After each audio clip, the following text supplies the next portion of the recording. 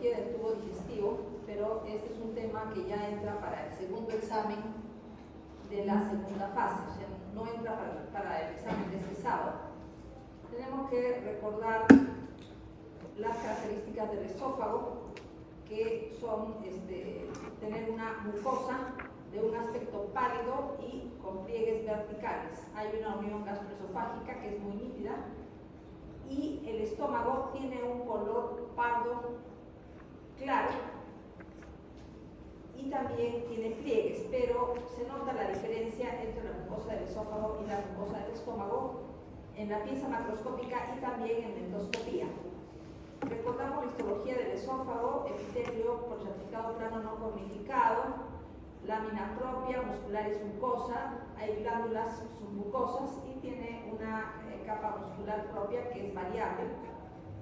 En el tercio superior del esófago solamente músculo estriado-esquelético, tercio medio una mezcla, músculo estriado-esquelético, músculo liso, y tercio inferior solamente músculo liso.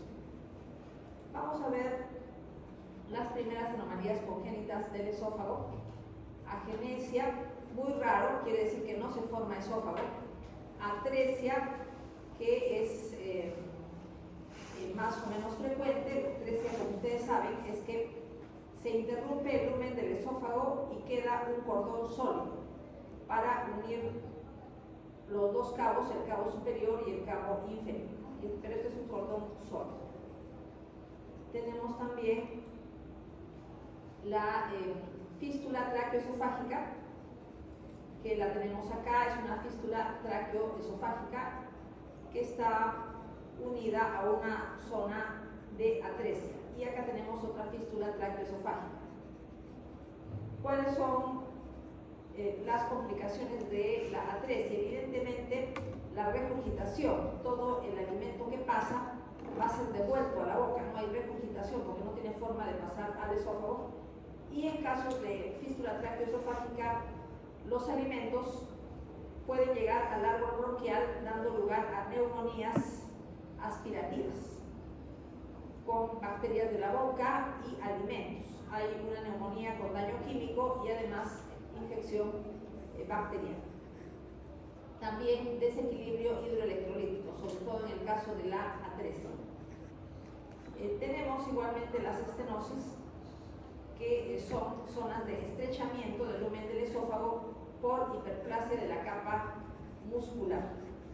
Entonces, entre las complicaciones ya hemos hablado de la agenesia, atresia, fístulas. La estenosis va a ser básicamente odinofagia y disfagia, que es variable, puede ser alimentos sólidos, alimentos líquidos o alimentos semisólidos. Ahora, también tenemos el caso de las estenosis adquiridas, que son procesos cicatriciales después de un proceso inflamatorio del esófago. Por ejemplo, esofagitis por ingesta de cáusticos. La ingesta de cáusticos en los adultos es intento de suicidio y en los niños es accidente. O sea, toman, por ejemplo, líquido de un desatorador de cañerías, que eso sucede en los niños por descuido de los padres. Y tenemos una esofagitis cáustica muy grave que puede terminar en una estenosis severa del esófago. Tejido ectópico en el esófago. Mucosa gástrica, por ejemplo, mucosa gástrica en el tercio superior del esófago, mucosa gástrica en el tercio medio del esófago. Tejido pancreático, tercio superior, tercio medio del esófago, tercio inferior. Las complicaciones son básicamente esofagitis, porque la mucosa gástrica secreta ácido clorhídrico y pepsinógeno, lo cual da lugar a procesos inflamatorios locales. O sea, esofagitis del tercio superior del esófago, del tercio medio, tanto en el caso de mucosa gástrica como en el caso del tejido pancreático. Y cuando hay glándulas sebáceas en la pared del esófago, vamos a tener básicamente un efecto de masa. Va a haber una estenosis relativa por efecto de masa. Quistes. Tenemos quistes de duplicación, que son evaginaciones alargadas del esófago, quistes de inclusión, de retención o mucoceles. Tenemos acá, por ejemplo, un quiste esofágico inmerso en la pared revestido por epitelio respiratorio. Acá se van a acumular secreciones, lo cual pueden ser una base para un foco infeccioso. Acá lo que tenemos es mucosa gástrica en el esófago. Si es una mucosa de glándulas con glándulas fúngicas, va a secretar ácido clorhídrico y vamos a tener una esofagitis. Membranas, anillos y estenosis.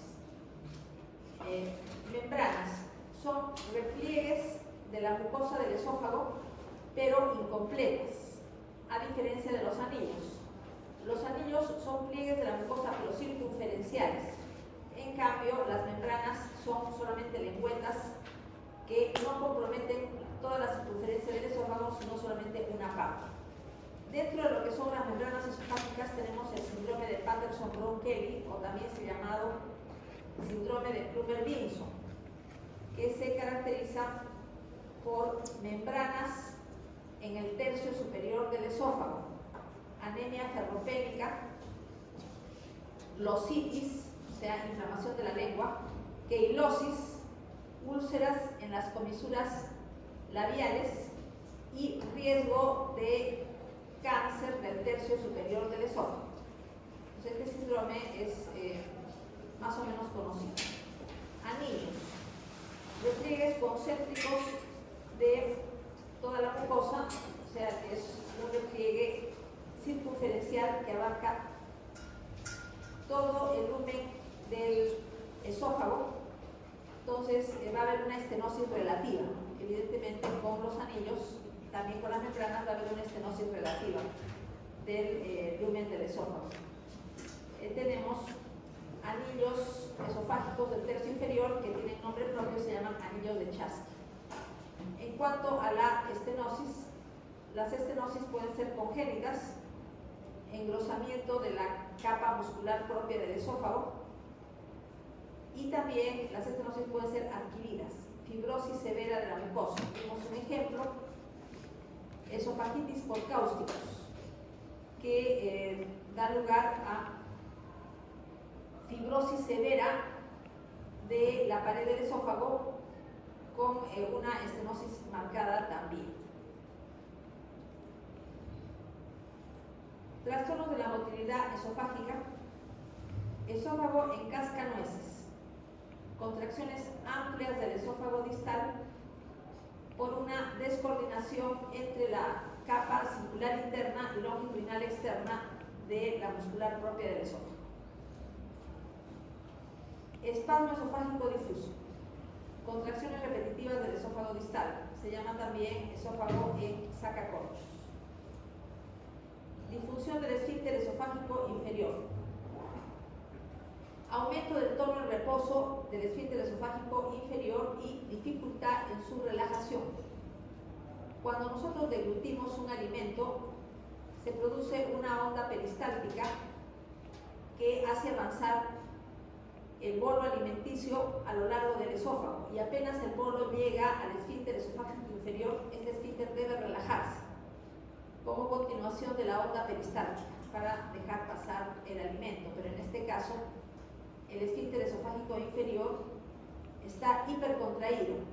Cuando está en reposo, su tono está aumentado, y cuando llega la onda peristáltica con el alimento, se dilata con dificultad. Entonces hay una obstrucción relativa. Acalasia. Se llama también cardioespasmo, o sea, el cardias está hipercontraído. El esfínter esofágico inferior no se relaja cuando llega el alimento después de la deglución, y el tono de reposo está aumentado. O sea, es lo mismo que la disfunción del esfínter esofágico inferior. La diferencia es que no hay onda peristáltica. En la acalasia no hay onda peristáltica. En cambio, en la disfunción del esfínter esofágico inferior sí hay onda peristáltica, sino que hay mala relajación cuando la onda peristáltica llega al esfínter esofágico inferior. causa anomalías de los plexos nerviosos mioentéricos, destrucción de neuronas ganglionares, del plexo de Auerbach, plexo de Meissner, alteraciones del nervio vago o del núcleo motor dorsal del vago. Relajan el esfínter esofágico inferior óxido nítrico y péptido intestinal vasoactivo. Lo contraen la acetilcolina. Tenemos también la acalasia secundaria por enfermedad de Chagas y neuropatía diabética. En el caso de la enfermedad de Chagas, causada por el parásito Trypanosoma cruzi, este tripanosoma destruye las neuronas de los plexos mioentéricos de Auerbach y de Meissner. Destruye las neuronas. Y tenemos también el caso de la neuropatía diabética. El cuadro clínico: disfagia, dolor torácico y dilatación del tercio inferior del esófago. Vamos a ver un esquema. En la acalasia, el esfínter esofágico inferior no se dilata de manera adecuada y no hay onda peristáltica. Hay un peristaltismo deficiente, por lo tanto, este esfínter sigue contraído y los alimentos se retienen en el tercio inferior del esófago. Eso da lugar a procesos inflamatorios locales. Es parte del cuadro clínico de la acalasia. Procesos inflamatorios locales por el contacto de los alimentos retenidos por mucho tiempo con la mucosa esofágica. La retención de alimentos por sí sola da esofagitis. Hernia yatal. Tenemos la hernia por deslizamiento y la hernia paraesofágica. ¿Qué significa hernia yatal? Que por el hiato esofágico el tercio superior del esófago pasa al tórax. Debilitamiento de la musculatura diafragmática a nivel del hiato esofágico. Entonces, tercio superior del estómago pasa al tórax. Esa es la hernia yatal por deslizamiento. Pero tenemos la hernia yatal paraesofágica, ¿no? Paraesofágica, en la cual el tercio superior del esófago también va hacia el tórax por un hiato esofágico débil, pero propiamente no es lo mismo que la hernia yatal por deslizamiento, porque en este caso solamente es parte del fondo, mientras que la unión gastroesofágica es normal. El tercio superior del esófago pasa por el hiato esofágico. En cuanto al cuadro clínico, tenemos que es el cuadro clínico del reflujo gastroesofágico, lo vamos a ver más adelante. O sea, el cuadro clínico de la hernia yatal por deslizamiento es igual al cuadro clínico del reflujo gastroesofágico.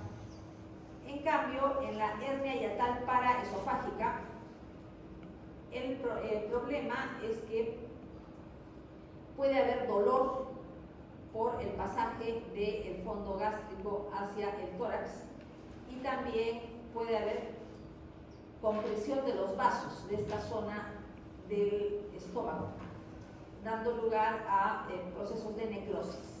Es la complicación de la hernia paraesofágica.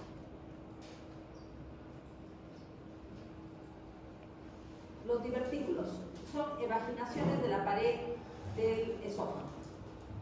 El divertículo de Zenker está en el tercio superior del esófago.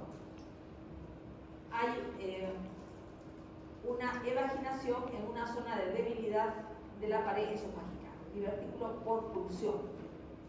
Entonces lo tenemos acá. Divertículo de Zenker es un divertículo del tercio superior del esófago.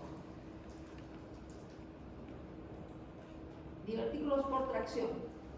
Procesos inflamatorios de ganglios mediastinales que causan adherencias a la adventicia esofágica.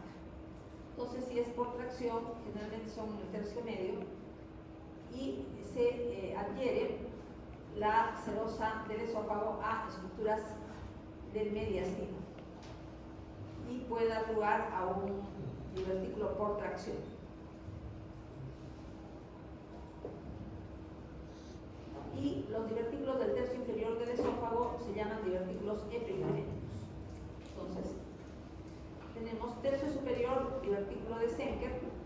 y tercio inferior divertículo epifrénico está justo por encima del diafragma. ¿Cuáles son el cuadro clínico y complicaciones? Entonces, ¿qué es lo que va a pasar si tenemos algún divertículo en el esófago? Cuando pasan los alimentos hacia el estómago, una parte de los alimentos va a pasar al divertículo y ahí puede podrirse. Generalmente los alimentos se pudren en los divertículos, lo cual da lugar a, en el caso del divertículo de Zenker, mal aliento, porque va a haber aquí en el divertículo alimento podrido, ¿no? Mal aliento o halitosis. En el divertículo epifrénico puede pasar lo mismo, o sea, el alimento que está pasando por el esófago hacia el estómago va a caer en parte hacia el divertículo. Se va a retener el alimento, lo cual va a desencadenar un proceso inflamatorio local. Y puede haber además un efecto de masa que comprima el esófago, es el divertículo epifrénico, que es en el tercio inferior.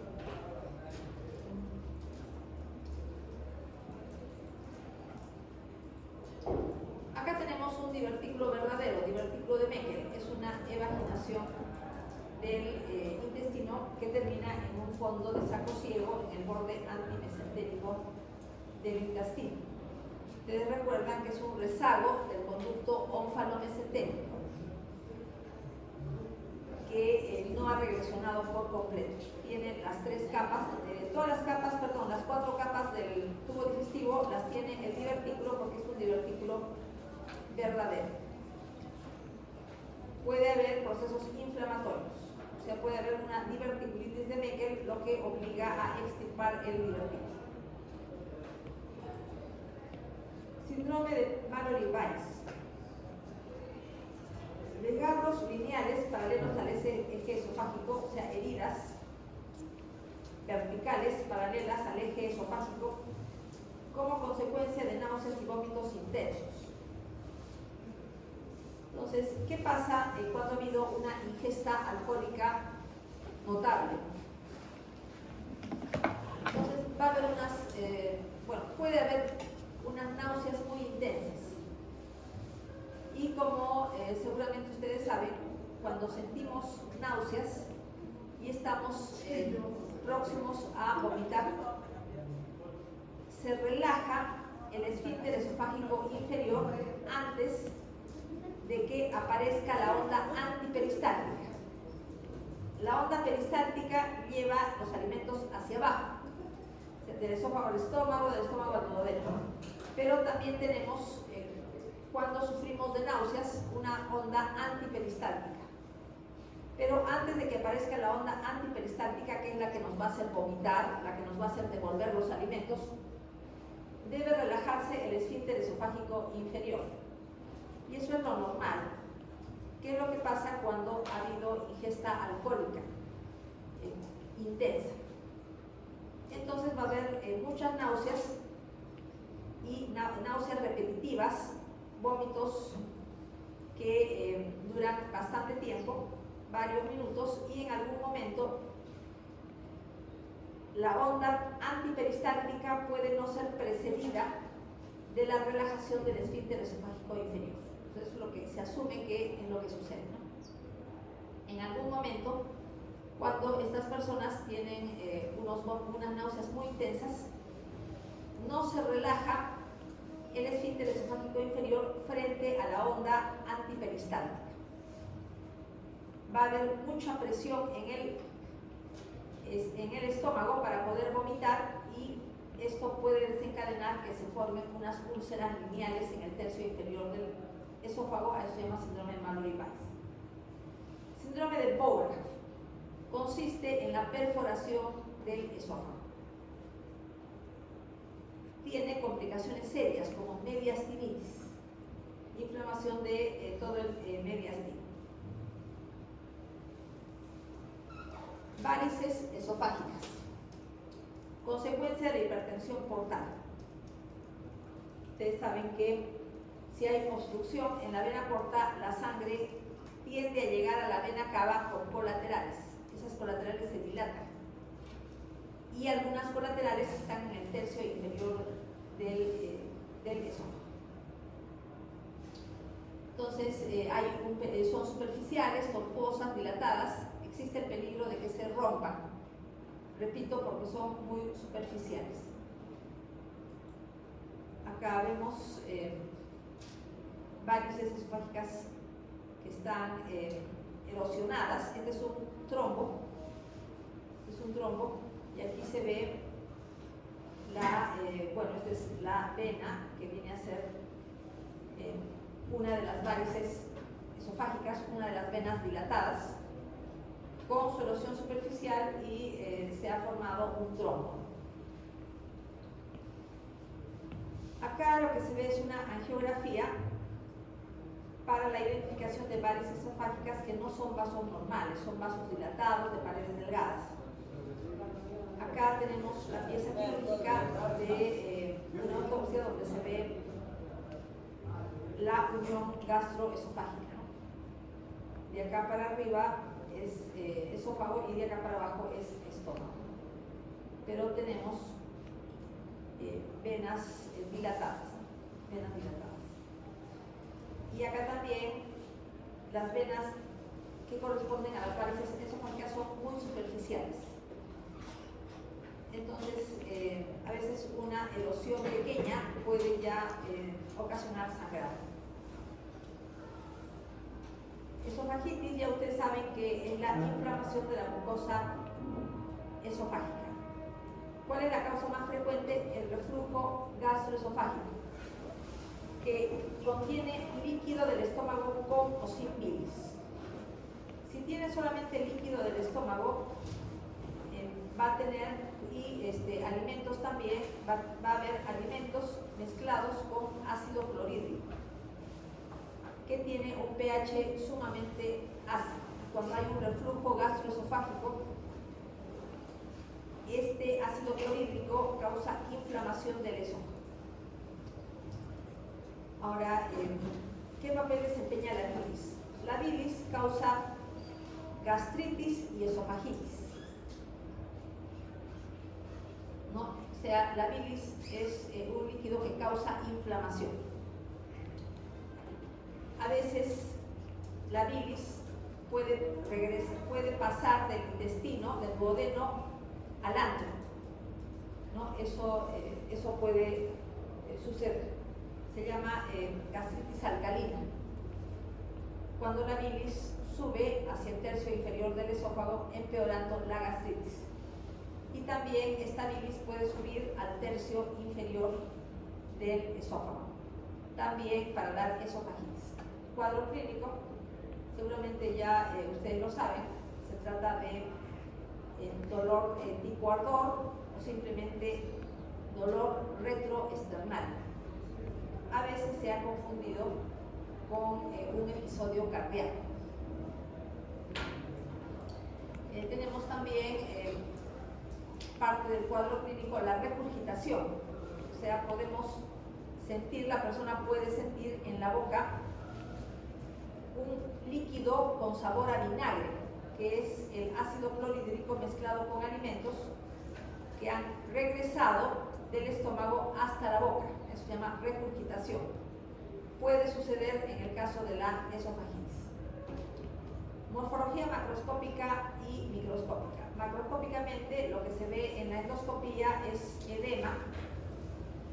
Si tenemos acá el estómago y acá esófago normal, podemos observar mucosa con hiperemia por la esofagitis. Hay enrojecimiento y pueden haber hemorragias focales.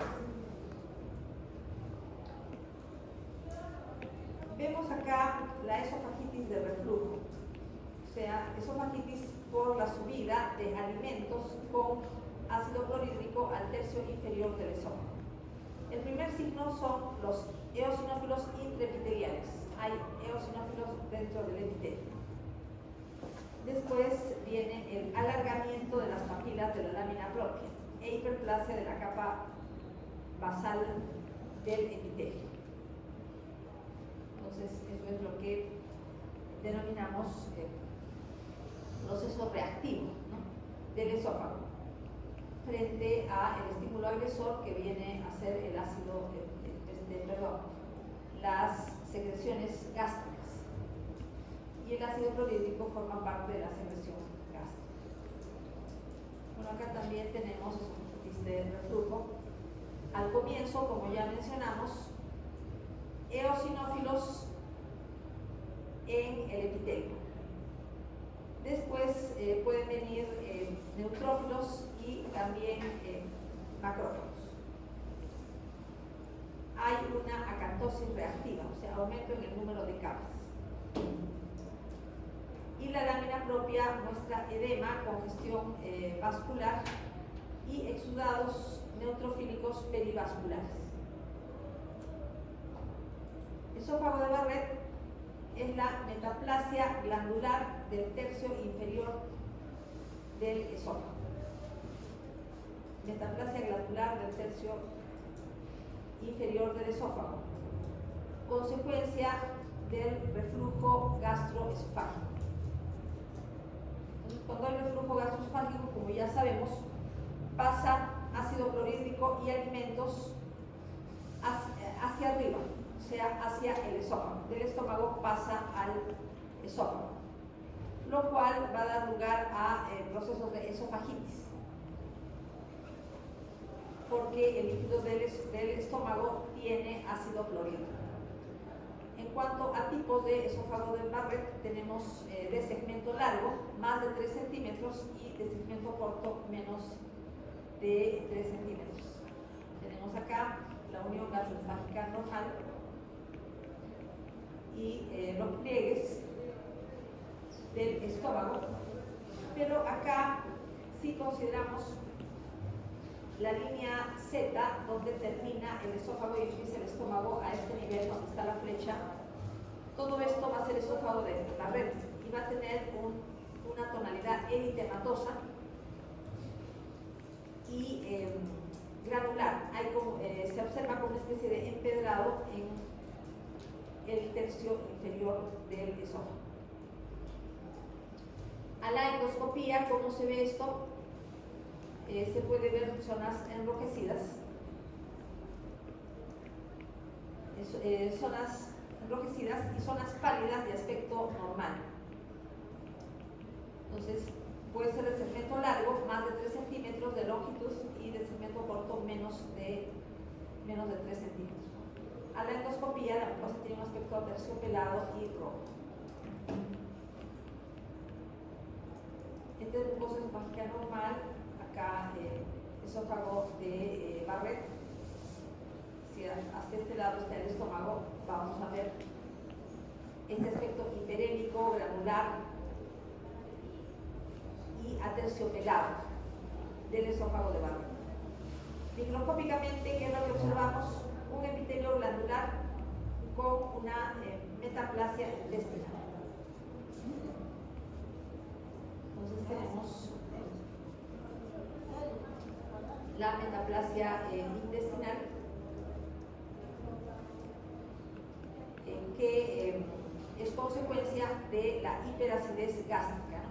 Entonces, el líquido del estómago sube hacia el tercio inferior del esófago, como ya sabemos, pero el epitelio, por el certificado plano no cornificado del esófago, no puede resistir de manera adecuada el ácido que le viene del estómago por el reflujo gastroesofágico.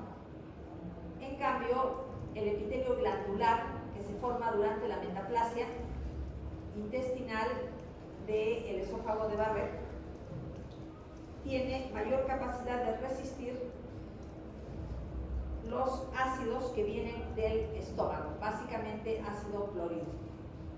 Lo que se ve acá es epitelio normal por certificado plano no cornificado, y acá podemos observar, aunque no se ve bien en la diapositiva, células caliciformes. Células caliciformes con células con chapa estriada. Vamos a ver células con chapa estriada a veces, otras veces solamente células caliciformes. Ahora, el esófago de Barrett puede experimentar displasia. La displasia se caracteriza porque los núcleos se hacen alargados y adquieren una disposición en varias capas, lo que se llama pseudoestratificación. Es displasia leve, pero tenemos también la displasia de alto grado, en la cual los núcleos ya no son alargados, sino son redondos. El núcleo puede ser prominente y va a haber hipercromasia y pleomorfismo y una distribución cribiforme de las glándulas. Las glándulas parecen como un colador. Pasamos al carcinoma epidermoide del esófago. Afecta a adultos mayores. Hay una alta incidencia en China central y países orientales como Irán, Hong Kong. En países como Irán, por ejemplo, se acostumbra tomar las bebidas muy calientes.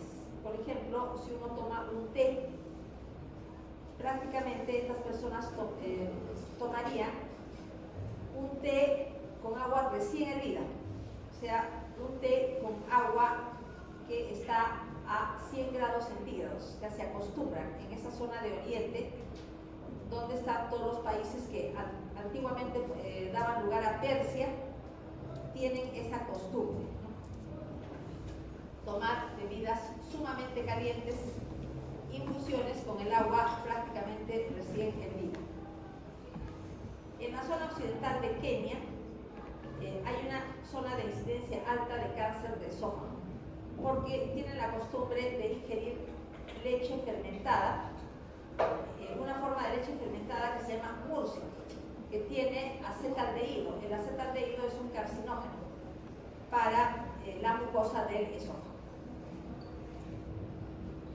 Factores de riesgo más conocidos, tenemos el tabaquismo, tenemos el alcoholismo, síndrome de Plummer-Vinson, que ya lo mencioné, que tiene el riesgo del carcinoma epidermoide del tercio superior del esófago. La acalasia tiene un riesgo bajo de carcinoma epidermoide del esófago. La radiación en el tórax implica riesgo también para este carcinoma. Ingesta baja de antioxidantes de verduras y frutas también se considera un factor de riesgo. Síntoma principal: dificultad durante la deglución, disfagia y también dolor durante la deglución, lo que se llama odinofagia. Entonces, conforme va creciendo el carcinoma epidermoide del esófago, la persona va cambiando sus alimentos. Al comienzo no tolera los sólidos, pero sí tolera los alimentos semisólidos y los líquidos.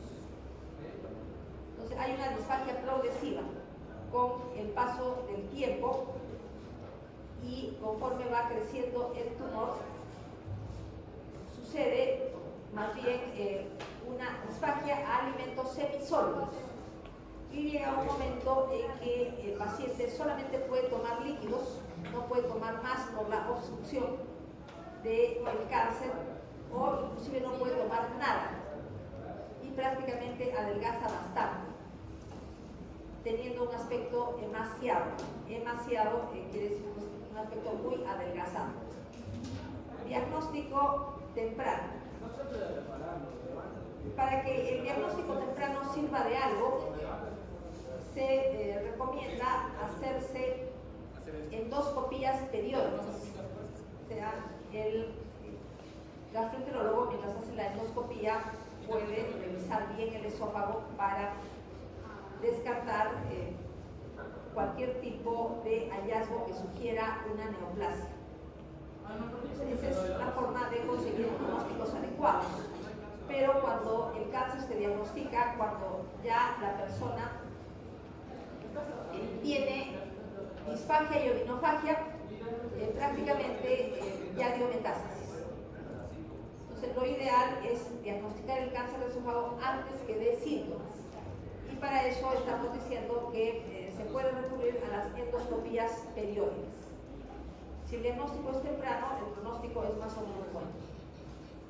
Vemos acá una masa exofítica en el esófago y acá un tumor circunferencial estenosante, forma como una especie de cintura.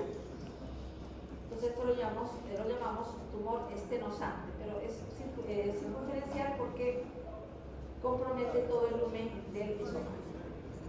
Tenemos también una úlcera de bordes elevados, ¿no? Se ve como un cráter, úlcera de bordes elevados, y una lesión solamente deprimida, o sea, es una úlcera cuyos bordes no son elevados. Aquí se ve una neoplasia exofítica en la endoscopía. Evidentemente, si se ve en endoscopía de un tamaño tan grande, no se puede hacer mucho por casos como estos. Casos como estos irremediablemente van hacia la muerte. Microscópicamente, lo que se puede ver es un carcinoma in situ en el cual hay infiltración. La infiltración se nota mediante lengüetas del carcinoma escamoso del esófago. Se puede ver que el tumor de ser in situ, la neoplasia de ser in situ, se hace infiltrante y mediante lengüetas puede invadir el tejido conjuntivo. Ahora, el carcinoma puede producir grandes cantidades de queratina. Decimos carcinoma escamoso queratinizante bien diferenciado, porque produce grandes cantidades de queratina. Alteraciones moleculares en el carcinoma escamoso esofágico. Inactivación de genes supresores como P53, cadelina E, NOTCH1. Amplificación de SOC2, que es un gen que codifica un factor de transcripción implicado en la sobrevivencia y autorrenovación de las células madre cancerosas. Sobreexpresión de oncogenes como ciclina D. En cuanto a adenocarcinoma del esófago, la lesión precancerosa principal, esófago de Barrett con displasia de bajo y alto grado.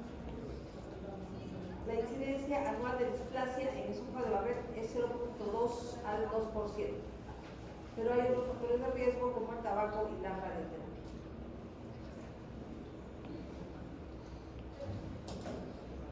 Vemos acá una transición desde el esófago de Barrett hasta el adenocarcinoma. Partimos de un epitelio escamoso normal. En la esofagitis hay una hiperplasia con eosinófilos en la lámina propia. Después, esta mucosa inflamada pasa a esófago de Barrett debido al reflujo gastroesofágico. Entonces, epitelio glandular reemplaza al epitelio escamoso en el esófago de Barrett. Pues hay displasia en el esófago de Barrett, primero de bajo grado, después de alto grado y finalmente un adenocarcinoma.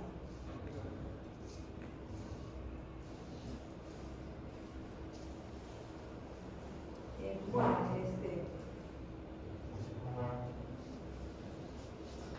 pasando al adenocarcinoma del esófago, la lesión precancerosa principal es el esófago de Barrett, con displasia de bajo y alto grado, o sea, la metaplasia intestinal. La incidencia anual de displasia en el esófago de Barrett es baja, 0.2 al 2%, es una incidencia baja, pero cuando sucede hay un factor de riesgo para adenocarcinoma del esófago. Otros factores de riesgo: tabaquismo y radioterapia en el tórax. Esto ya lo hemos presentado. El esófago de Barrett puede terminar en un adenocarcinoma, pero estamos diciendo que la frecuencia es muy baja. La frecuencia mediante la cual el esófago de Barrett adquiere displasia, 0.2 al 2%. Alteraciones moleculares en el adenocarcinoma del esófago. En el esófago de Barrett por displasia hay mutaciones de P53, que es un supresor, pérdida anémica y silenciamiento epigenético por metilación de P16, que es también un factor de transcripción, bueno, en este caso P16, un inhibidor del ciclo celular. Anomalías cromosómicas como tetraploidía y aneuploidía en adenocarcinoma, amplificación de oncogenes como CERV2, receptor del factor de crecimiento fibroblástico, oncogen MET, ciclina D y ciclina E. Vemos acá un adenocarcinoma del esófago originado en la mucosa metaplásica del esófago de Barrett. Acá se ve el esófago de Barrett con displasia y acá ya se ve el cáncer.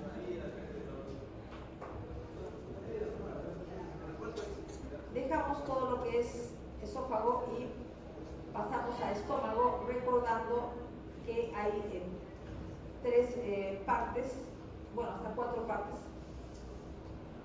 Tenemos el cardias, en lo que se refiere al estómago. Tenemos el cardias, el fondo gástrico y el cuerpo gástrico y el antro gástrico. Son las partes del estómago.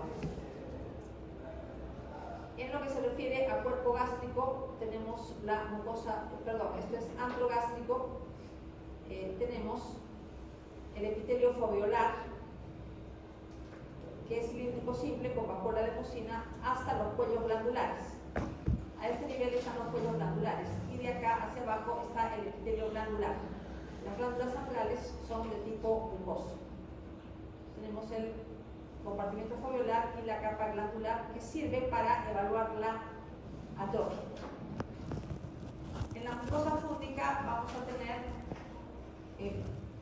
una mayor longitud de las glándulas en relación con el epitelio foveolar. A ese nivel están los cuellos glandulares. Y de los cuellos glandulares hacia abajo, glándulas fúngicas, y hacia arriba tenemos el epitelio foveolar. Anomalías congénitas del estómago, estenosis hipertrófica congénita del píloro. Sucede una herencia multifactorial, o sea, intervienen genes y el ambiente, más frecuente en hombres. En cuanto al cuadro clínico, se tiene vómitos no biliosos en proyectil después de alimentarse, y el niño, porque es más frecuente en varones, este niño está constantemente de hambre, todo el tiempo está de hambre, porque todo lo que come lo vomita, ¿no? Por la estenosis hipertrófica congénita del píloro. Entonces todo el tiempo está con hambre y está pidiendo mayor alimentación seguida. Entonces, como ya mencioné, cuadro clínico, vómitos no biliosos entre la 3ª y la 6ª semana después del nacimiento. El tratamiento es básicamente quirúrgico. Tenemos una sección del músculo hipertrófico a nivel del esfínter pilórico causante de la obstrucción. Tejido pancreático ectópico en pared gástrica, lo que se denomina colistoma. Vamos a observar que el tejido pancreático, aunque esté en el estómago, va a seguir fabricando enzimas pancreáticas. Va a seguir dando lugar al jugo pancreático. Y el jugo pancreático va a causar inflamaciones locales. Entonces, en la zona donde esté el colistoma, o sea, en la zona donde esté este tejido pancreático ectópico, va a haber un efecto de bulto y también un proceso inflamatorio. Acá nuevamente la forma como se secciona el píloro, que tiene la capa muscular hiperplástica. Pasamos al tema de gastritis aguda. Consecuencia de la ingesta de alcohol, aspirina, antiinflamatorios no esteroideos, drogas antineoplásicas, ácidos o álcalis. Otras causas: reflujo de sales biliares del duodeno. Y ya hemos dicho que la bilis es un causante de inflamación, ¿no? Tanto en el estómago como en el esófago. Tabaquismo intenso, estrés, infecciones sistémicas por bacterias o virus, citomegalovirus, isquemia y shock, irradiación o congelación gástricas e intubación nasogástrica.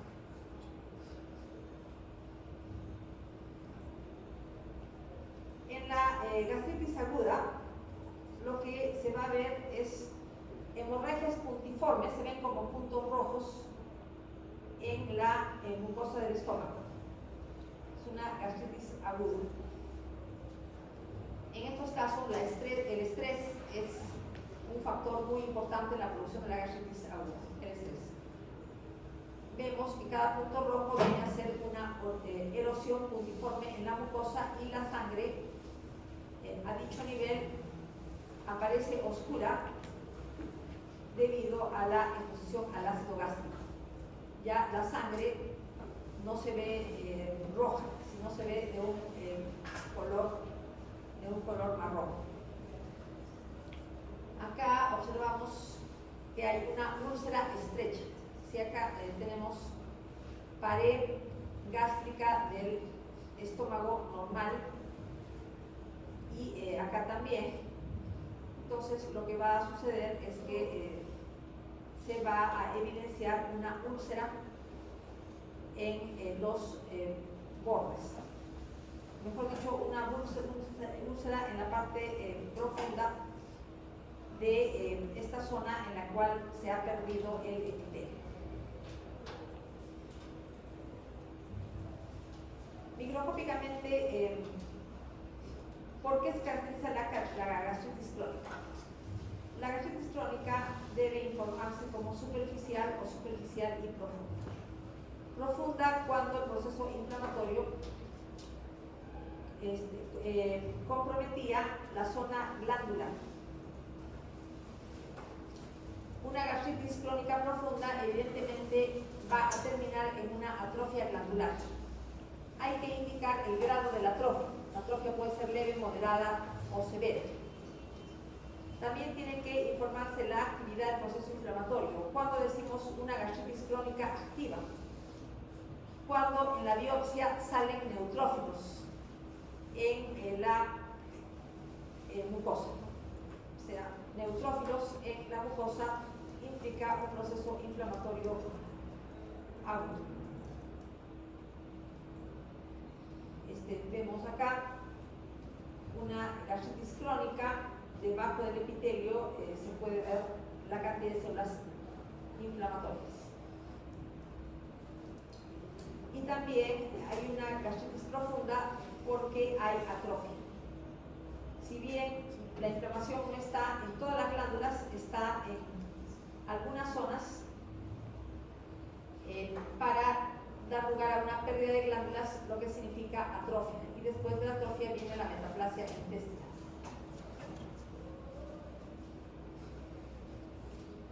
La metaplasia intestinal puede ser de dos tipos: metaplasia completa, tipo intestino delgado, y metaplasia incompleta, tipo colon. Puede haber displasia y hay que informar si hubiera displasia. El grado de la displasia puede ser leve, moderado o severo, o en algunos casos se utiliza lesión intraepitelial de alto grado y de bajo grado nada más, o sea, una subdivisión en dos partes, nada más. Las muestras de anticuerpos se evalúan por separado. Coloración energética de Steiner para la demostración del Helicobacter pylori. Se adhiere a las células plasmáticas mediante adhesinas, o sea, las adhesinas vienen a ser parte de la superficie de la bacteria que se adhiere a la vacuola de mucina. Vemos acá el Helicobacter pylori color negro y vemos la actividad de la gastritis, neutrófilos dentro del epitelio. La cantidad de células inflamatorias puede ser tan grande, la cantidad de linfocitos puede ser tan grande que forman folículos linfoides con centros germinativos. No es normal en el estómago. Esto es lo que llamamos MALT, tejido linfoide asociado a mucosas. Pero normalmente el estómago no debe tener MALT, no debe tener folículos linfoides.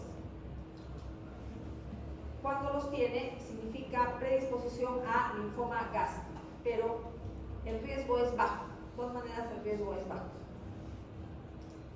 En la lámina propia, linfocitos, células plasmáticas y neutrófilos. ¿Qué cosa es el Helicobacter pylori que causa la gastritis? La gastritis crónica, básicamente. Es un bacilo espiral o curvado que vive en el moco gástrico, puede adherirse a la vacuola de mucina de las células del epitelio superficial o ubicarse en uniones intercelulares. Entonces, simplemente la bacteria se pega a la superficie.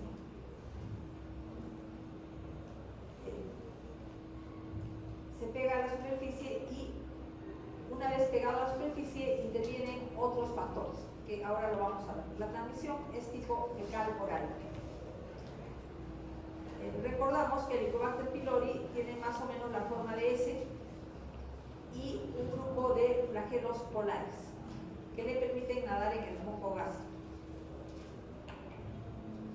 La ureasa bacteriana cataboliza a la urea y produce amoníaco y CO2, con lo que neutraliza el pH del ácido gástrico. Entonces, la ureasa de la bacteria produce amoníaco, lo cual eleva el pH de manera local. El Helicobacter no tiene la capacidad de ingresar a las células, simplemente está por fuera, en la superficie. Y el problema es que estas bacterias en la superficie desencadenan una reacción inflamatoria importante en la mucosa del estómago. Esta reacción inflamatoria significa la producción de citoquinas inflamatorias como interleuquina 1, factor necrosis tumoral, interleuquina 6 e interleuquina 8.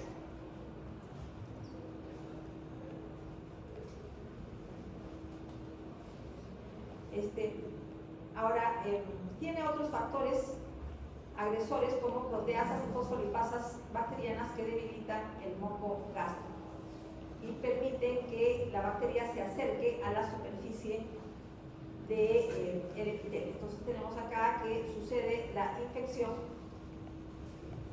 Para poder pegarse al epitelio de superficie se tiene que crear un microambiente en el cual la acidez no sea muy notoria, y eso se logra mediante la enzima ureasa, que transforma la urea en CO2 y amoníaco. El amoníaco eleva el pH de manera local. Y después de haber creado un microambiente para sí mismo, entonces el Helicobacter estimula la secreción de citoquinas inflamatorias que dañan el epitelio de superficie, promoviendo la formación de una úlcera péptica.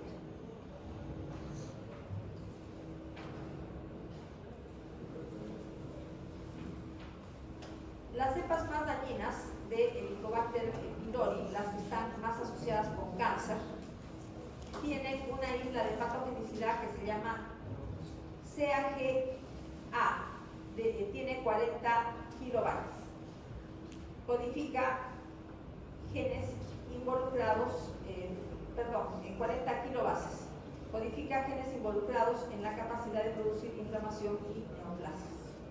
Entonces, cuando el Helicobacter tiene esta isla de patogenicidad que se llama CAG-A,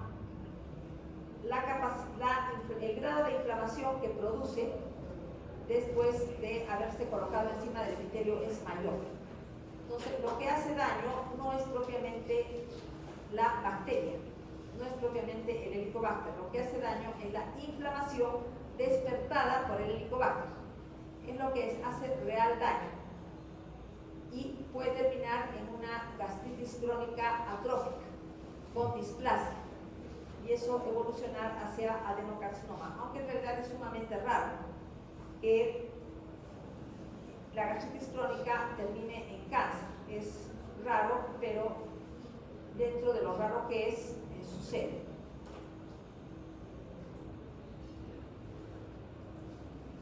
Tenemos acá el principal elemento agresor de las células foveolares. Es el mismo proceso inflamatorio despertado en la mucosa, y ese proceso inflamatorio lo que hace daño a las células epiteliales, favoreciendo la producción de erosiones y después ulceraciones. Consecuencias de la atrofia glandular de la gastritis crónica.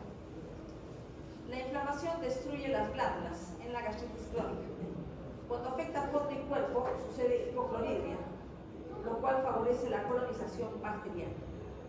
Entonces, son pocas bacterias que pueden resistir un pH de entre 1 y 3, que es el pH del estómago. Entonces, cuando hay hipocloridria, cuando las glándulas fúngicas han sufrido una atrofia severa y hay hipocloridria, se favorece la colonización bacteriana. Hay además hiperplasia de células G del antro. En casos de anemia perniciosa tenemos básicamente acloridria. ¿Por qué en la gastritis crónica hay solamente hipocloridria y en la anemia perniciosa hay acloridria? En la anemia perniciosa se destruye la mayoría de glándulas del fondo gástrico. La mayoría, o sea, prácticamente no hay producción de ácido clorhídrico, por eso hay una acloridria. Pero en la gastritis crónica con atrofia de fondo y cuerpo tenemos más bien una hipocloridria. O sea, hay una reducción en la producción del ácido clorhídrico, pero no es muy marcada. El ácido clorhídrico ayuda a combatir a las bacterias que llegan con los alimentos, por lo que la hipocloridria favorece la colonización bacteriana. La hipocloridria hace que las células neuroendocrinas del antro gástrico secreten gastrina en grandes cantidades para contrarrestar la hipocloridria. La anemia perniciosa pertenece al grupo de gastritis que se denominan autoinmunes. Se producen anticuerpos contra las células parietales y o factor intrínseco. Afecta el fondo y cuerpo, o sea, no afecta el antro. Hay una atrofia severa de glándulas de fondo gástrico y cuerpo gástrico que llega prácticamente a la acloridria. O sea, no se produce nada de ácido clorhídrico por la severidad de la destrucción de las glándulas. Tenemos acá que el proceso inflamatorio se centra en las glándulas fúngicas. Este proceso inflamatorio termina destruyendo las glándulas fúngicas, dando acloridria. Pero además de la gastritis crónica severa que se produce en la anemia perniciosa, hay una metaplasia intestinal y un riesgo de adenocarcinoma de estómago de tipo intestinal. Y tenemos una gastritis crónica no inmune que afecta básicamente el antro el antro básicamente, y tiene más bien una hiperacidez. Hay una hipersecreción porque la producción de ácido clorhídrico de fondo y cuerpo no se afecta. La inflamación destruye básicamente las glándulas del antro. Esa es una de las formas. Cuando hay destrucción básicamente de las glándulas del antro, es una gastritis en la cual hay un exceso de secreción de ácido clorhídrico. Pero también tenemos la pangastritis, en la que se afecta el antro y el cuerpo. Y si se afecta el cuerpo, va a haber una atrofia en parches, lo cual significa hipocloridria, o sea, disminuye un poco la producción de ácido clorhídrico con hipocloridria, pero no se destruye tan fuertemente las glándulas del fondo gástrico como en la anemia perniciosa. Este tipo de gastritis no inmune se llama también gastritis ambiental. Gastropatía reactiva se llama también gastropatía alcalina. La bilis, que debe estar en el duodeno, a veces sube hasta el antro gástrico. Y la bilis también produce inflamación. O sea, hay una gastritis por la bilis. La bilis produce inflamación de la mucosa del antro gástrico y a veces sube tanto la bilis que llega hasta el tercio inferior del esófago, también produciendo esofagitis. Tenemos una forma de gastritis especial o una forma de afectación de la mucosa gástrica especial con escasa inflamación, que se llama gastropatía reactiva o gastropatía alcalina, consecuencia de ingesta de antiinflamatorios no esteroideos, reflujo biliar, traumatismo de la mucosa gástrica. Hay una hiperplasia foveolar, o sea, el epitelio foveolar se hace muy profundo por la hiperplasia, y también hay una hiperplasia de la muscularis mucosa. Y bandas de músculo liso llegan hasta el epitelio foveolar. Esto en conjunto con una inflamación que es escasa se denomina gastropatía alcalina. Es una forma de gastritis reactiva.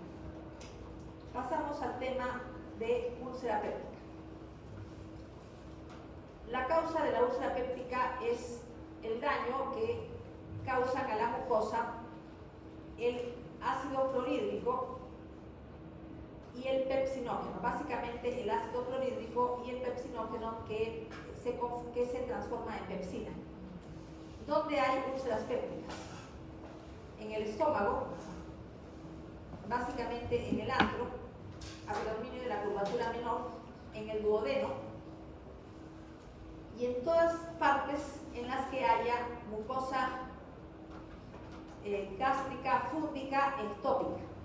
Por ejemplo, mucosa gástrica ectópica en el tercio superior del esófago. Se produce ácido clorhídrico a dicho nivel y sería una que produce inflamación, una esofagitis con úlcera.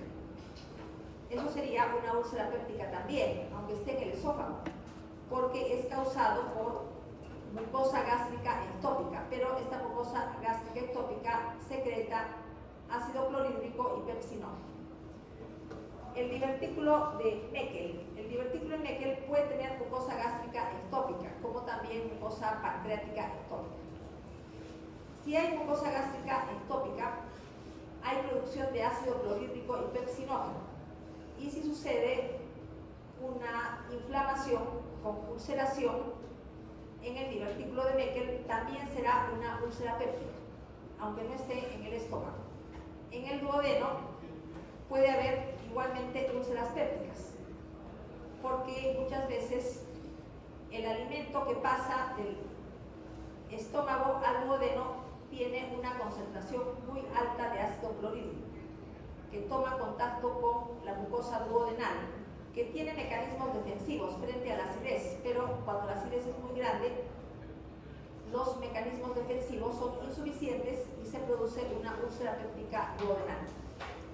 A veces la secreción ácida es tan fuerte, o sea, tiene un pH sumamente bajo, alrededor de 1, y se produce en grandes cantidades que puede llegar la hiperacidez hasta el yeyuno. O sea, el alimento con ácido clorhídrico tiene tal cantidad de ácido clorhídrico que la hiperacidez llega hasta el yeyuno. produciéndose úlceras pépticas en el yeyuno, en estos casos. Vamos a ver en qué casos hay tanta producción de ácido clorhídrico que la hiperacidez llega hasta el yeyuno. Existen mecanismos agresivos y mecanismos defensivos de la mucosa que tienen que estar en equilibrio para que la mucosa gástrica se mantenga normal. Cuando disminuyen los factores defensivos o aumentan los factores agresores, se produce un desequilibrio primero con la producción de gastritis erosiva, gastritis crónica erosiva, y después aparece la úlcera péptica. ¿Cuáles son los mecanismos defensivos? La secreción de moco, que forma una capa sobre el epitelio. La secreción de bicarbonato. El moco y el bicarbonato son secretados por las células del epitelio foveolar. Entonces, el bicarbonato crea un microambiente básico que combate la hiperacidez del estómago. Ahora, ya hemos dicho que el Helicobacter elimina esto, ¿no? Este factor protector es eliminado por el Helicobacter, tal como lo mostré. Flujo sanguíneo de la mucosa. El flujo sanguíneo de la mucosa, si es adecuado, va a poder recoger todos los iones hidrógeno, que hayan pasado del lumen del estómago hacia la lámina propia. Inmediatamente pasan a los capilares y de ahí son llevados lejos del estómago. Es un mecanismo defensivo, es el flujo sanguíneo de la mucosa. El epitelio produce moco, produce bicarbonato, pero en sí mismo es un elemento protector. Es un elemento que tiene una función de barrera. Capacidad regenerativa. Si se producen algunas erosiones superficiales por la hiperacidez, como en los cuellos glandulares hay mitosis constantes con células madre, rápidamente se produce la regeneración del epitelio. Entonces, las erosiones son rápidamente cubiertas por epitelio normal. Y finalmente, las prostaglandinas, que protegen al estómago, básicamente prostaglandina E2 y también la prostaciclina, que es la prostaglandina I2. Prostaglandina E2 y la prostaglandina I2 protegen la mucosa del estómago. Este es uno de los mecanismos por los cuales los antiinflamatorios no esteroideos producen gastritis y úlcera péptica, porque bloquean la producción de prostaglandinas al bloquear las ciclooxigenasas, tanto la ciclooxigenasa 1 como la ciclooxigenasa 2. Entonces, bloquean la producción de prostaglandinas como prostaglandina E2 y prostaciclina, por lo cual eliminan un factor protector. Factores agresores: el Helicobacter pylori, antiinflamatorios no esteroideos, tabaquismo, alcohol, hiperacidez gástrica y reflujo duodenogástrico. Hemos dicho que el reflujo duodenogástrico contiene bilis y la bilis causa inflamación en el estómago. Isquemia: cuando hay mala circulación en la mucosa del estómago, se pierde un mecanismo defensivo. En el shock también hay mala circulación de todos los tejidos y hemos visto la importancia de los antiinflamatorios no esteroideos. Una úlcera es una zona excavada en la superficie de una glándula mucosa. Tenemos que contiene áreas necróticas y profundamente áreas de fibrosis cicatricial, áreas de tejido de granulación en el cual se está formando una cicatriz fibrosa, y la zona necrótica que tiene neutrófilos y exudado fibrino leucocitario, que es la zona de destrucción de tejido más activo. Tenemos acá una úlcera péptica duodenal con la excavación, que representa la úlcera. Acá vemos también epitelio más o menos conservado y acá se pierde el epitelio. Esta es la zona de la úlcera. No hay epitelio, tejido necrótico en la parte superficial, y en la parte profunda tejido tipo cicatricial y tejido de granulación. Vemos acá una úlcera muy profunda que llega hasta la serosa. La úlcera es muy profunda, pero en la base tiene un tejido cicatricial y en la superficie tiene el tejido necrótico con el exudado fibrino leucocitario.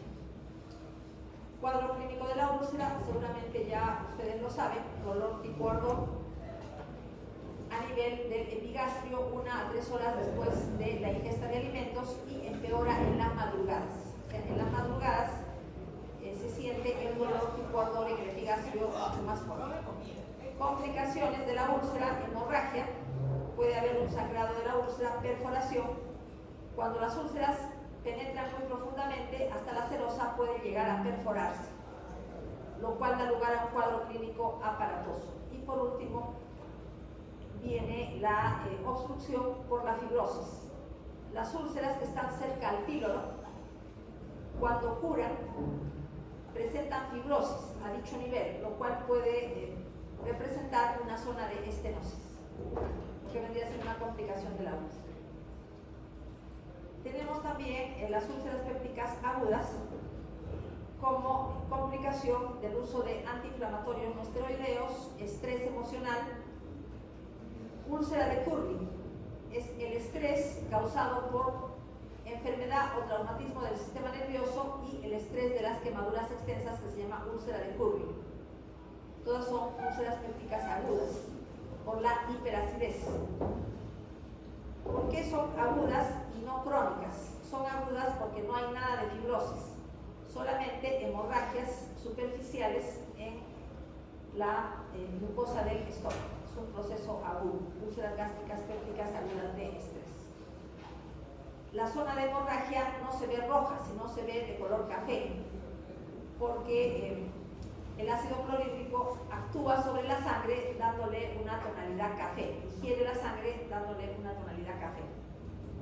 Vemos acá erosiones gástricas agudas de origen péptico por la hiperacidez, pero no hay fibrosis, como en las úlceras pépticas crónicas. Gastropatía hipertrófica, tenemos que se producen pliegues gruesos y redundantes en la mucosa.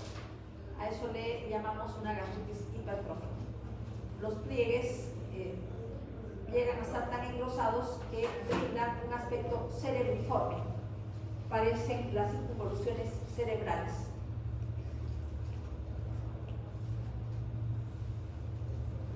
Dentro de la gastropatía hipertrófica tenemos dos variedades. La enfermedad de Menetrier, que es una lesión precancerosa. Por los pliegues gástricos hiperplásticos hay una pérdida de proteínas y hay además una atrofia del aparato glandular con la producción de hipocloridria. Hay una sobreexpresión del factor transformante de crecimiento alfa. Síndrome de Zollinger-Ellison. Este es un síndrome en el cual hay un exceso de ácido clorhídrico. ¿Por qué hay un exceso de ácido clorhídrico? Porque existe un gastrinoma. Un gastrinoma es un tumor de células G y las células G del antro producen gastrina. La gastrina estimula la secreción gástrica. Entonces, ¿qué pasa con los gastrinomas? En los gastrinomas se producen grandes cantidades de gastrina, que es un tumor productor de gastrina. Por lo tanto, hay una estimulación exagerada a la mucosa del fondo gástrico, dando lugar a una hiperacidez marcada. El gastrinoma puede ser esporádico en un 25%, en un 75% y 25% en el contexto de neoplasia endocrina múltiple tipo 1. Entonces, en el contexto de neoplasia endocrina múltiple tipo 1 hay gastrinomas también, formando parte del cuadro clínico. Vemos acá también gastritis hiperplástica, los pliegues están engrosados y tienen este aspecto cerebriforme. Microscópicamente vemos hiperplasia de las criptas glandulares, una hiperplasia marcada en las criptas glandulares, una atrofia glandular. Y si está, puede afectarse el fondo gástrico y el cuerpo gástrico también, habiendo una hipocloridria. Habría una hipocloridria en este caso porque hay atrofia de glándulas fólicas. Como ya mencioné, la enfermedad de Menetrier es una lesión precancerosa, o sea, puede evolucionar hacia cáncer. Pólipos no neoplásicos del estómago. Pólipo es cualquier lesión elevada en una mucosa. Entonces, en el caso del estómago sería una lesión elevada que puede ser pediculada o no pediculada sobre la superficie de la mucosa normal. Los pólipos pueden ser hiperplásicos, apareciendo en un fondo de hipocloridria y gastritis crónica con o sin atrofia. Ocasionalmente hay displasia y la degeneración maligna es muy rara. Pólipos amartomatosos están asociados con el síndrome de Creutzfeldt, vamos a ver más adelante. Pólipos juveniles o de retención vamos a ver cuando veamos pólipos no neoplásicos del polvo. Pólipos inflamatorios son no neoplásicos, frecuentes en gastroenteroanastomosis por posible ligación con el Helicobacter pylori y contienen tejido de granulación. Pólipos de glándulas fúngicas, dilatación de glándulas fúngicas, acortamiento del epitelio superficial y están asociados al uso de inhibidores de la bomba de protones. Pólipo de glándulas fúngicas, uso de inhibidores de las bombas de protones. Tenemos acá un pólipo gástrico hiperplástico, donde se ve una profundización y ramificación de las criptas glandulares. Pólipo fibroide inflamatorio es una forma de pólipo inflamatorio, tiene tejido fibromuscular vascularizado con inflamación crónica y eosinófilos, no tiene epitelio de superficie. Es una forma de pólipo inflamatorio. Los adenomas. Los adenomas en el estómago son lesiones precancerosas. Tienen el riesgo de convertirse en cáncer. Microscópicamente pueden ser tubulares, vellosos o tubulovillosos. Pueden malignizarse y contener focos de adenocarcinoma.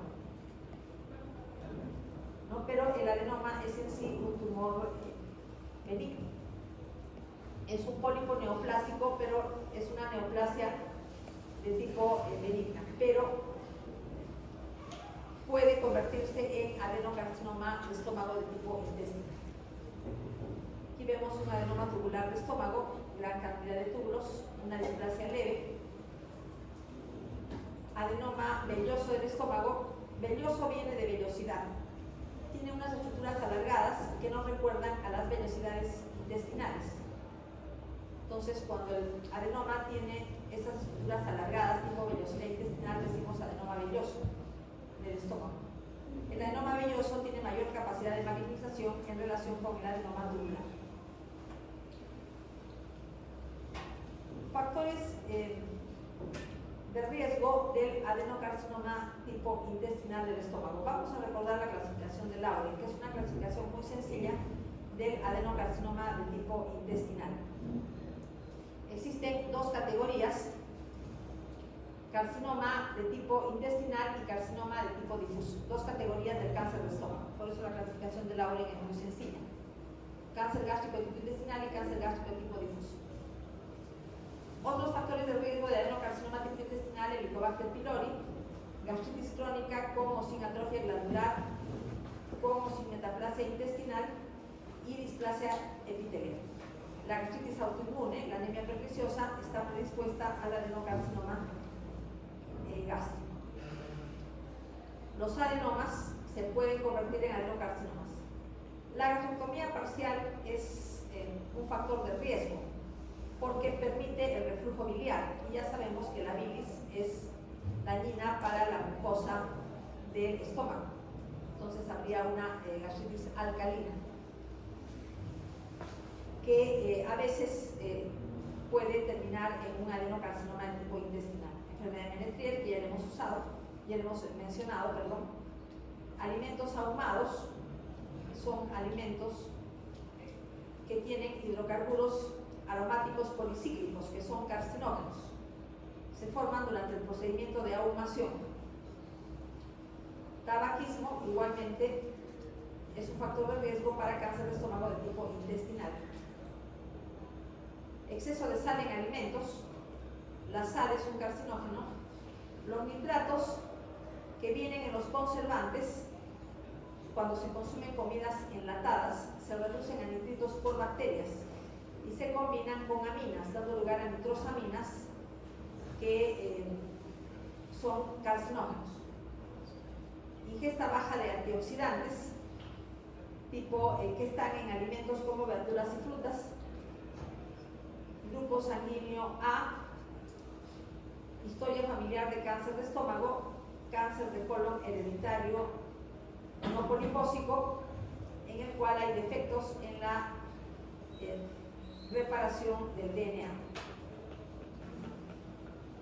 Mutaciones en la línea germinal del gen de la E-caderina da lugar a cáncer gástrico familiar de tipo difuso.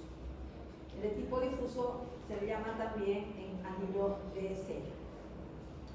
Adenocarcinoma con células en anillo de sello. Vamos a ver, según la profundidad de la invasión, cáncer gástrico de tipo temprano que ha infiltrado la mucosa y la submucosa, pero no ha infiltrado la capa muscular. Es un cáncer gástrico de tipo temprano. Cuando el cáncer afecta la capa muscular, decimos cáncer gástrico de tipo avanzado, y es independiente de la presencia de metástasis ganglionares regionales. Tenemos en el cáncer temprano lesión exofítica, lesión aplanada que tiene un crecimiento horizontal y lesión excavada en la que se forma una úlcera. En el cáncer avanzado, la neoplasia llega a la muscularis mucosa. Existe una clasificación que es la clasificación de Borman para la clasificación macroscópica del cáncer avanzado de estómago. Tenemos Borman 1, lesión exofítica, que crece hacia afuera. Borman 2, lesión crateriforme. La lesión crateriforme es aquella que tiene una úlcera con los bordes elevados, como si fuera un cráter. Borman 2. Lesión crateriforme, ulcerada con bordes elevados. Borman 3, lesión excavada, que es una úlcera profunda. Borman 4, linitis plástica, aspecto de gota de cuero.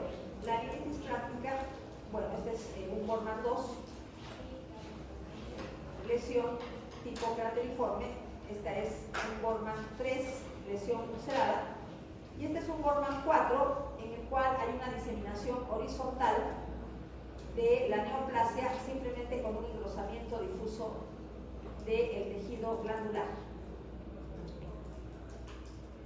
Da mucha rigidez al estómago y se denomina estómago en bota de cuero, consecuencia de la linitis plástica. Carcinoma difuso con células en anillo de sello. Borman 5, macroscopía indefinida, cuando no se puede decir con claridad si es Borman 1, 2, 3 o 4. Se pone Borman 5, morfología indefinida. O a veces hay una mezcla de dos patrones macroscópicos. Cáncer gástrico de tipo intestinal forma túbulos y trabéculas, glándulas también. Tipo difuso con células en anillo de sello. Las células están sueltas, son redondeadas. El núcleo está en un extremo, porque tienen una vacuola de mucina grande. Parecen unos anillos por la forma redondeada de las células. ¿Por qué están sueltas? Porque no tienen E-caderina. La caderina en los cánceres difusos familiares del estómago se hereda por la línea germinal un gen E-caderina que no funciona de manera adecuada, y el segundo gen de la E-caderina tiene que inactivarse para que suceda la hipótesis de los dos golpes de Natsu. Tendría que inactivarse, como por ejemplo por silenciamiento genético o por delesión. Cuando las células del cáncer gástrico son de tipo difuso, la dirección de crecimiento es horizontal y da lugar a una limpitis plástica o Bormann 4, en el cual las paredes están muy engrosadas. Linfomas del estómago de bajo grado tienen linfocitos pequeños o de alto grado. Linfomas MAL. El Helicobacter produce un linfoma MAL estimulando la vía del factor nuclear Kb mediante la inflamación que produce.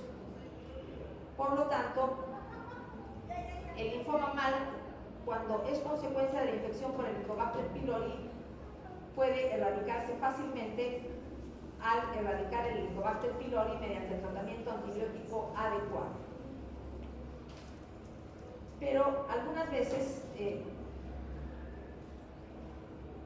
linfoma regresiona solamente en las etapas tempranas y en las etapas tardías el linfoma MAL no regresiona, aunque se dé tratamiento para el Helicobacter y haya Helicobacter. ¿Por qué?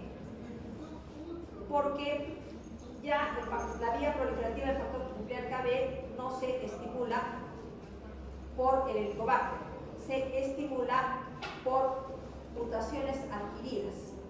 Cuando se adquieren mutaciones en la vía de activación del factor nuclear Kb, ya el linfoma tiene un crecimiento autónomo y no depende de la presencia de infección por el Helicobacter pylori.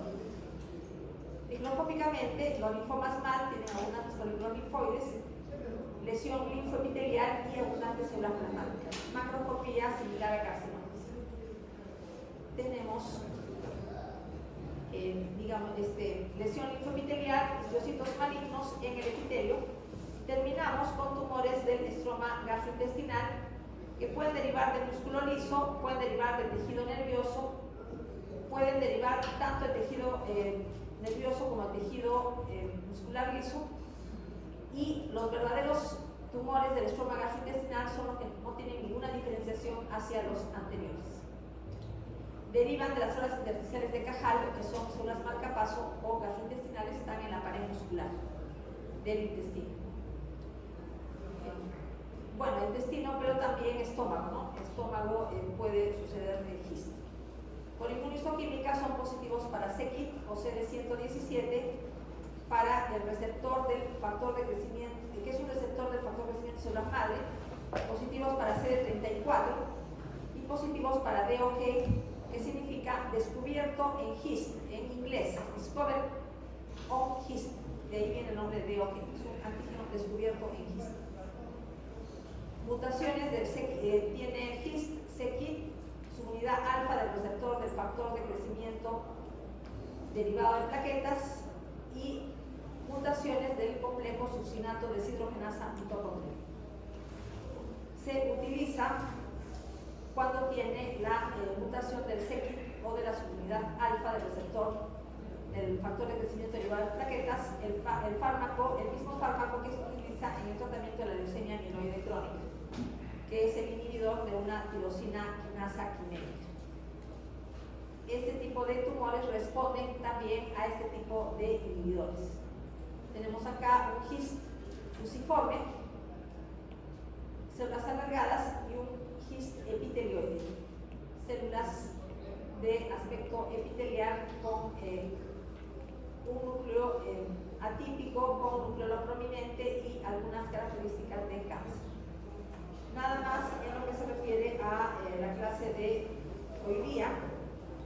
Se pierde la clase de lunes, se pierde la clase de viernes, porque el viernes es 1 de mayo, pero yo voy a grabar una clase con lo que falta del capítulo y la voy a colgar junto con las diapositivas